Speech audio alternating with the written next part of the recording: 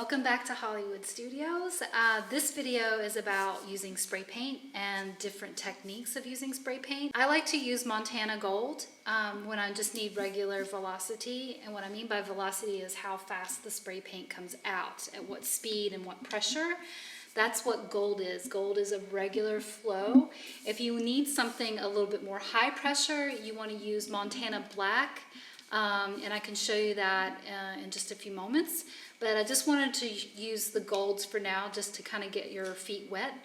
And the other thing, I'm going to just use a canvas, a white canvas, because a lot of times I work with a white canvas and I just want something in the background, just some abstract flow going with the spray paint, just to give me something. I don't like to work with a solid white canvas.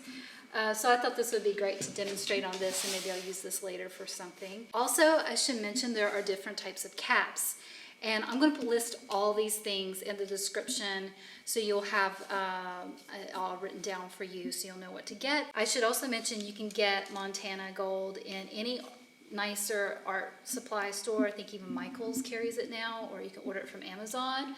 Blick carries it, and your local fine art supplier carries it. But they have so many different colors, which is great because I like a lot of different color. There are other brands you can use, but this is the one I'm going to be using for the video.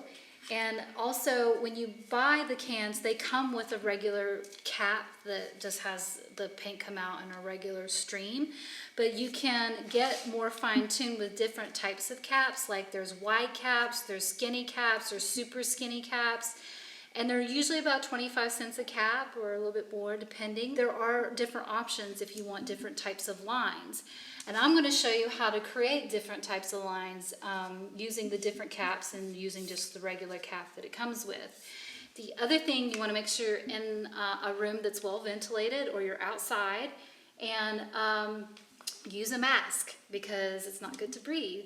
And if you want, you can also use gloves to protect your hands. Sometimes I get paint on my fingernails, and that's okay. I just use nail polish remover. It'll take it right off, and it doesn't ruin your acrylics. Okay, so let's start with just a regular can and a regular cap.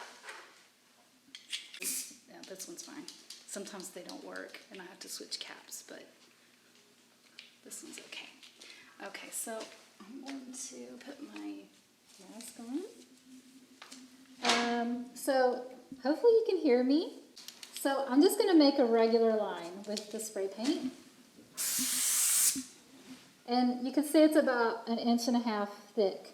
Now if I go in closer, it's a little thinner, it's a little stronger in color. And also because I'm using neon color, it's going to be a little transparent, which I love. I love to layer this on, and sometimes I'll spray paint my photographs. But if I hold it out here, I get more of a mist, and I got some really cool speckle too.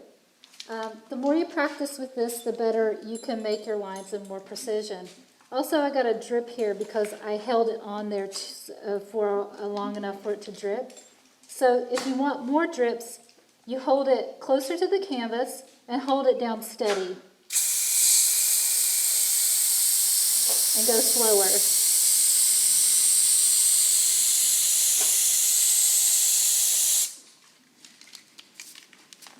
You could do that if you need some splatter marks. Okay. One thing it did is it crowded up right there. Probably because I need to shake my can a little bit more. But I'm going to switch to a different color and a different type of cap so you can see what a wide cap can do.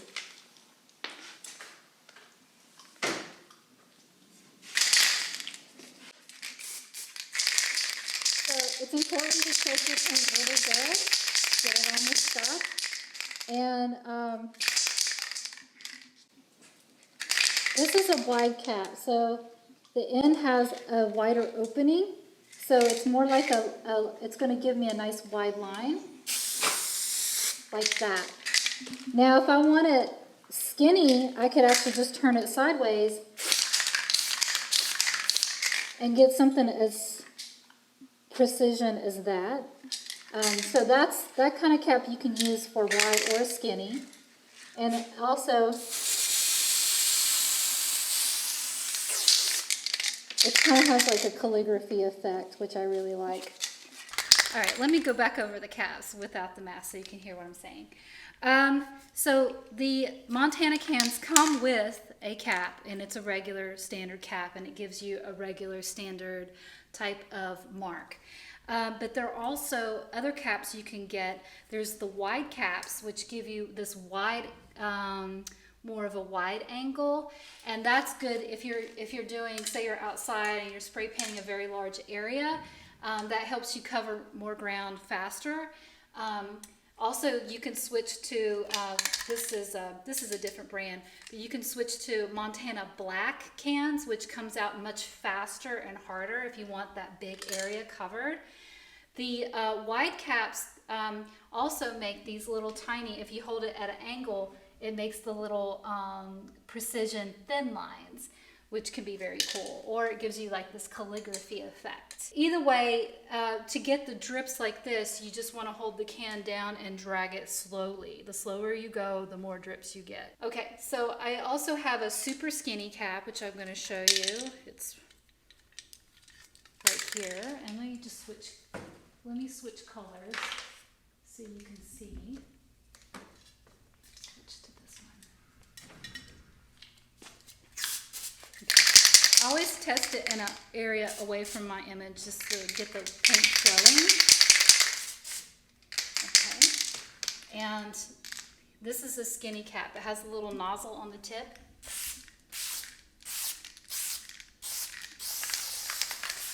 And it makes nice little fun lines. It can also drip if you hold it close and steady. And that can give you a nice clean effect. Now notice that when I held it down close and steady, the color is more is thicker, more opaque, whereas here it's more transparent. You can also hold it back and do lighter, like if you're trying to tint an area. So I mentioned that there's Montana Gold and there's also Montana Black. And black is going to come out at a higher velocity. And I wish I had a black can with a color to show you, but I only have white right now. But you'll still see the difference. So with the regular cap that it comes with, you'll see it comes out at a higher pressure than the other ones did. Let me just do a regular can so you can see the difference again. See, that's a lot weaker. And then the black, it's like taking your faucet and turning it up all the way and letting all the paint flow out harder and faster. So now that I showed you this, I'm going to show you how to do a little tinting with your spray paint, which is something I like to do with my photographs. And I have a sample for you right here. So this is an image that I had printed out at FedEx, large format. And I have a lot of you ask me, how do I print my images?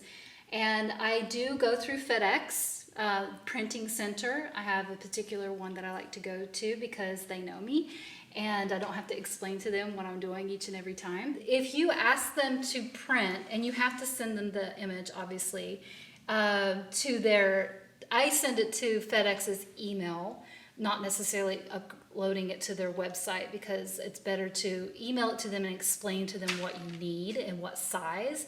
But if you tell them you want it on engineering paper, this is the best because it's thin, it's easier to cut and glue down later on your canvas. Otherwise, they're going to print, if you're asking them to print a photograph, they're going to think that you need to print it on photo paper, which is thick and heavy and expensive.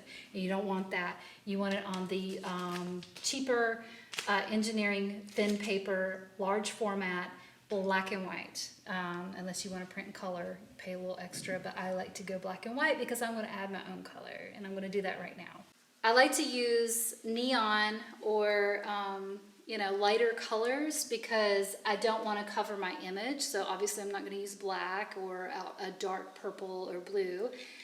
I'm going to use neon, and I'm just going to give it a little wisp, a little tint here. And I can use a different color if I want. Maybe use a little bit of orange. And maybe even hit it up with yellow.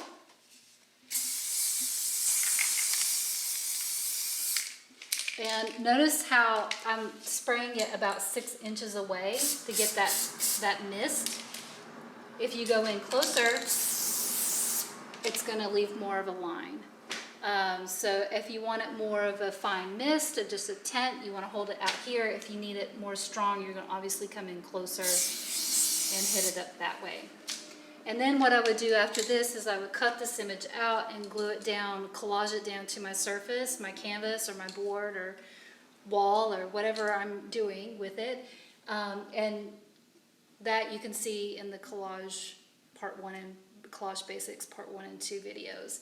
But that's pretty much it. So if you have any questions, feel free to ask me and I will get back to you. Oh, I should say, one thing you should always do with your spray paint is turn it upside down and clear the cap until it turns clear. That keeps your caps clear and unclogged. I get a lot of clogged caps because I forget to do that, but it's important to keep up your cans and make them reusable. And that's it. Thank you very much.